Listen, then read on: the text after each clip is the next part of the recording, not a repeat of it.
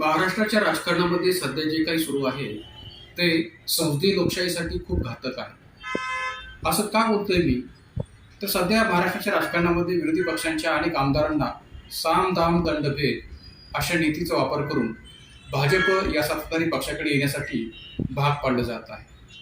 एवढंच नव्हे तर या ठिकाणी असंही या ठिकाणी भासवलं जात आहे की हे संबंध आमदार आमच्याकडे नेतृत्वाच्या विकासाच्या दृष्टीने किंवा देशाच्या विकासाच्या दृष्टीने, महाराष्ट्राच्या विकासाच्या दृष्टीने आलेले आहेत असं भासवलं जात आहे. पण जरी या ठिकाणी ही गोष्ट आत्ताच्या पातळीवर योग्य वाटत असली तरी या ठिकाणी दीर्घकालीन राजकारणाच्या दृष्टीने विचार जर केला तर ही देशासाठी अत्यंत घातक अशी गोष्ट आहे. आणि मग या सर्व पार्श्वभूमीवर या ठिकाणी राईट टू रिकॉल या कन्सेप्टची महाराष्ट्राच्या पातळीवर सध्या चर्चा सुरू आहे. या राईट टू रिकॉल संकल्पनेची किंवा कन्सेप्टची याच्या आधी सुद्धा या ठिकाणी चर्चा झाली होती, जेव्हा शिवसेनेचे आमदार सुद्धा भाजपच्या माध्यमातून फोडले गेले होते तेव्हा.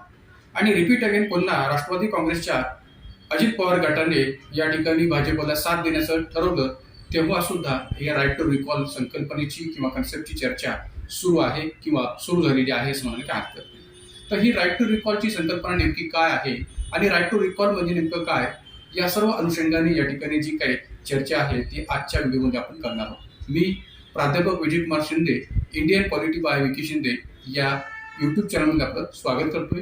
आज आपण या ठिकाणी राईट टू रिकॉल म्हणजे काय आणि एक प्रकारे राईट टू रिकॉलची ही संकल्पना जागतिक पातळीवर कशी उदयास आली, भारतीय संविधानाच्या पातळीवर संविधानकर्त्यांनी याची चर्चा केली होती का, या सर्व अनुषंगाने थोडक्यात माहिती या ठिकाणी पाहणार आहोत. मग राईट टू रिकॉल म्हणजे काय हा प्रश्न निर्माण होतो.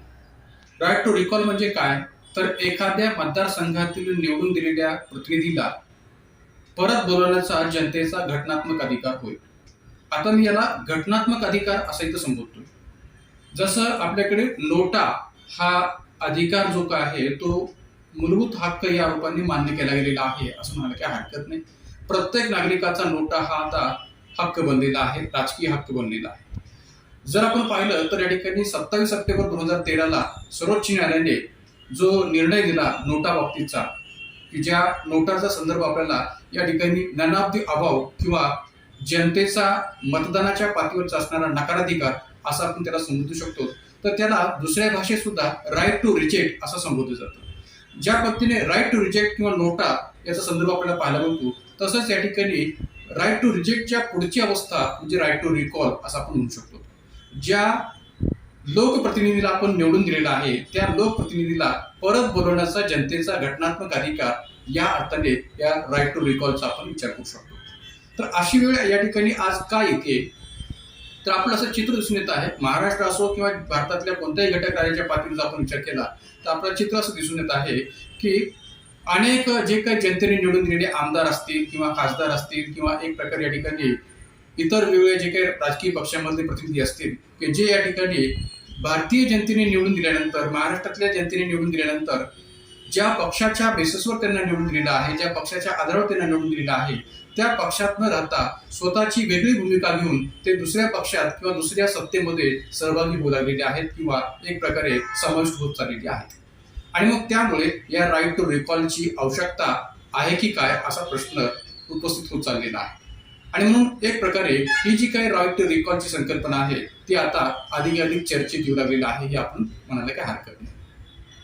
प्रश्न असा निर्माण होतो की मग भारतातल्या अशा या लोकप्रतिनिधींना, मग ते खासदार असोत की आमदार असोत, यांना अशा या पद्धतीने केलेल्या कृतीवर नियंत्रित करता येत नाही का? तर निश्चितपणे नियंत्रित करता येतं, कारण की भारतीय राज्यघटनेमध्ये अनेक प्रकारच्या अशा तरतुदी आहेत की ज्या तरतुदींच्या आधारावर अशा या आमदारांच्या कृतींना किंवा खासदारांच्या कृतींना नियंत्रित करण्याविषयीचा उल्लेख केला गेलेला आपल्याला पाहायला मिळतो. तर त्यामध्ये या ठिकाणी आपल्याला प्रामुख्याने काही संदर्भ स्पष्ट करता येतील. जर आपण पाहिलं तर भारतामध्ये कार्यकारी आदेशाद्वारे या आमदार किंवा खासदारांच्या असणाऱ्या कृतीवर नियंत्रण ठेवता येऊ शकेल. भारतीय राज्यघटनेच्या कलम 103(1) आणि 2 द्वारे राष्ट्रपती आणि कलम 192(1) आणि 2 द्वारे राज्यपाल हे खासदार किंवा आमदार यांना लाभाच्या पदावरून अपात्र या ठिकाणी ठरवू शकतात निवडणूक आयोगाच्या शिफारशीनुसार. या कार्यकारी आदेशाद्वारे सुद्धा या ठिकाणी अशा या आमदार खासदारांच्या कृतींना या ठिकाणी नियंत्रित करता येते. न्यायालयाच्याद्वारे सुद्धा किंवा न्यायालयाच्या आदेशाद्वारे सुद्धा या आमदार खासदारांच्या कृतींना नियंत्रित करता येऊ शकतं.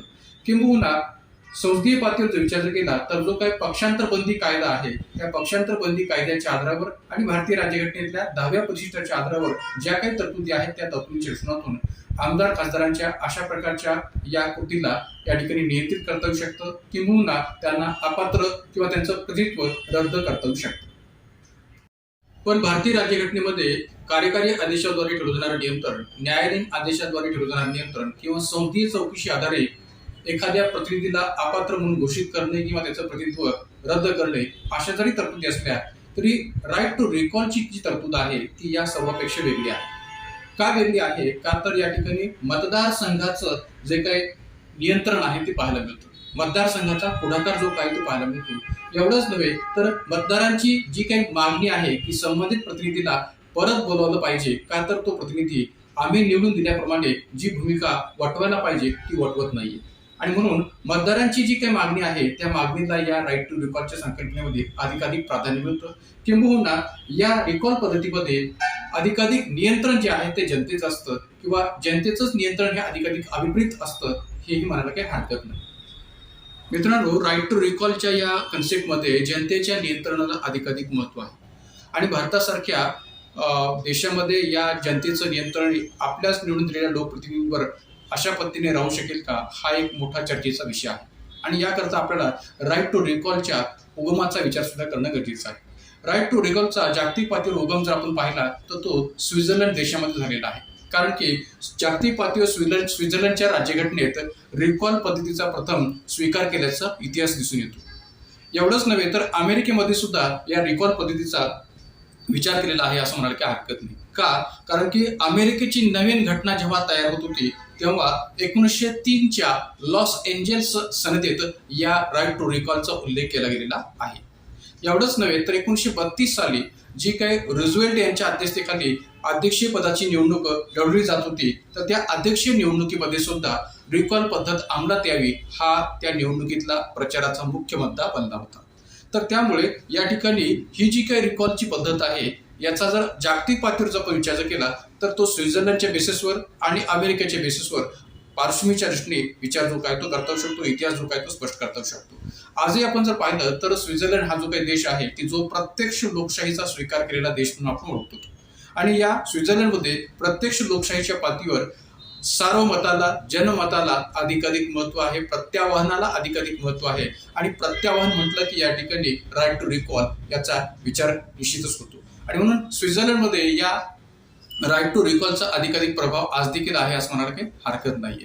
का तर तिथं प्रत्यक्ष लोकशाहीचा स्वीकार केला गेलेला आहे आणि त्याचबरोबर या ठिकाणी प्रत्यक्ष लोकशाहीमध्ये जनतेच्या मताला अधिकाधिक प्राधान्य दिलं जातं हे आपण लक्षात घेण्याची गरज आहे.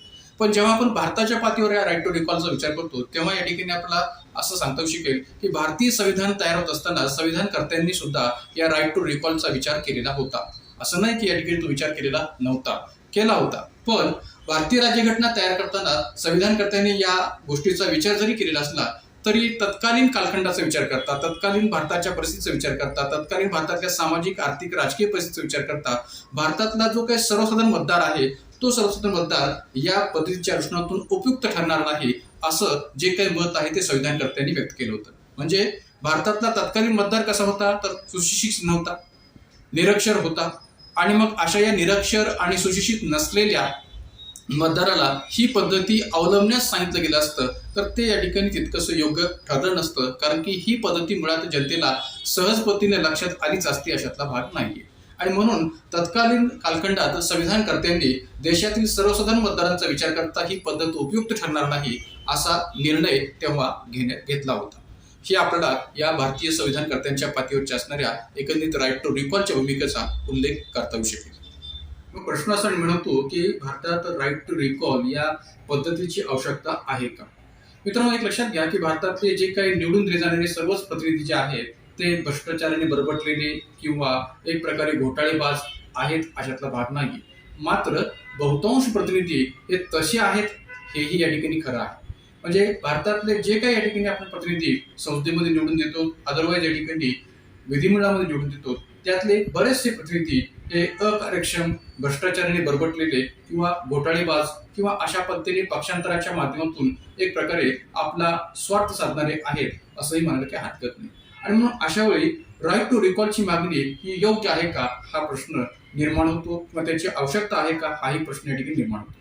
पण मित्रांनो, एक गोष्ट आपण इथे लक्षात घेतली पाहिजे ती ही की जर का आपण आपल्या मतदानाच्या अधिकाराचा योग्य पद्धतीने वापर केला आणि योग्य व्यक्तीलाच जर जनतेनं निवडून दिलं तर या ठिकाणी राईट टू रिकॉलच्या मागणीची किंवा राईट टू रिकॉलच्या कन्सेप्टची आवश्यकता भासणार नाही. आणि म्हणून जनतेने या रिकॉल पद्धतीचा विचार करण्याच्या आधी किंवा रिकॉल पद्धतीची आवश्यकता विचार घेण्याच्या आधी जर जनतेने आपलं मतदानाच्या अधिकाराचं पातळीवरचं कर्तव्य जे आहे ते योग्य पद्धतीने पार पाडलं, कारण की भारतामधली जनता आज देखील धर्म, जात, भाषा, प्रादेशिकता किंवा वांशिक आधारावर किंवा इतर अनेक प्रकारच्या या ठिकाणी आधारावर मतदान करते, हेही या ठिकाणी मान्य करायला काही हरकत नाही.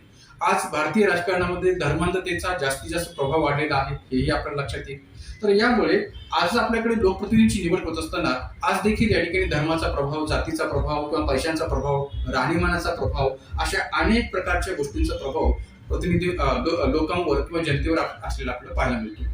तर मग अशा या परिस्थितीमध्ये सर्व दोष जो काय आहे तो आपण लोकप्रतिनिधीला देऊन चालणार आहे का? तर नाही, कारण की त्यामध्ये दोष आपलाही आहे, जनतेचाही आहे. आणि त्यामुळे सर्व दोष जो काय तो लोकप्रतिनिधीला देऊन या ठिकाणी चालणार नाही.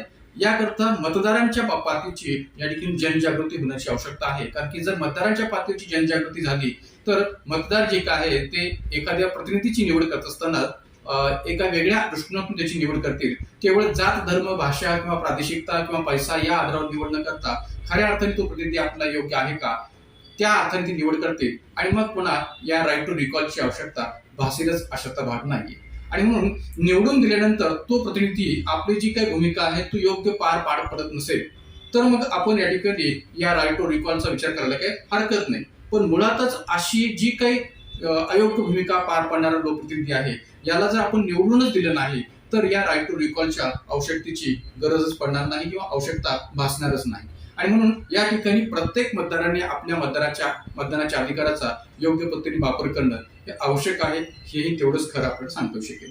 आता एक लक्षात घ्या की लोकप्रतिनिधी निवडून देण्याच्या या प्रक्रियेमध्ये सर्व मतदारांनी जर योग्य पद्धतीने भाग घेतला, म्हणजे मला असं म्हणायचं आहे की आजही भारतातला बहुतांश मतदार जो आहे तो मतदानाच्या दिवशी किंवा निवडणूक प्रक्रियेमध्ये असणारं जे काही मतदान आहे त्या मतदानाच्या दिवशी मोठ्या संख्येने सहभागी होत नाही किंवा त्यात जो काही जनसहभाग पाहायला मिळायला पाहिजे मतदाराच्या रूपाने तो पाहायला मिळत नाही.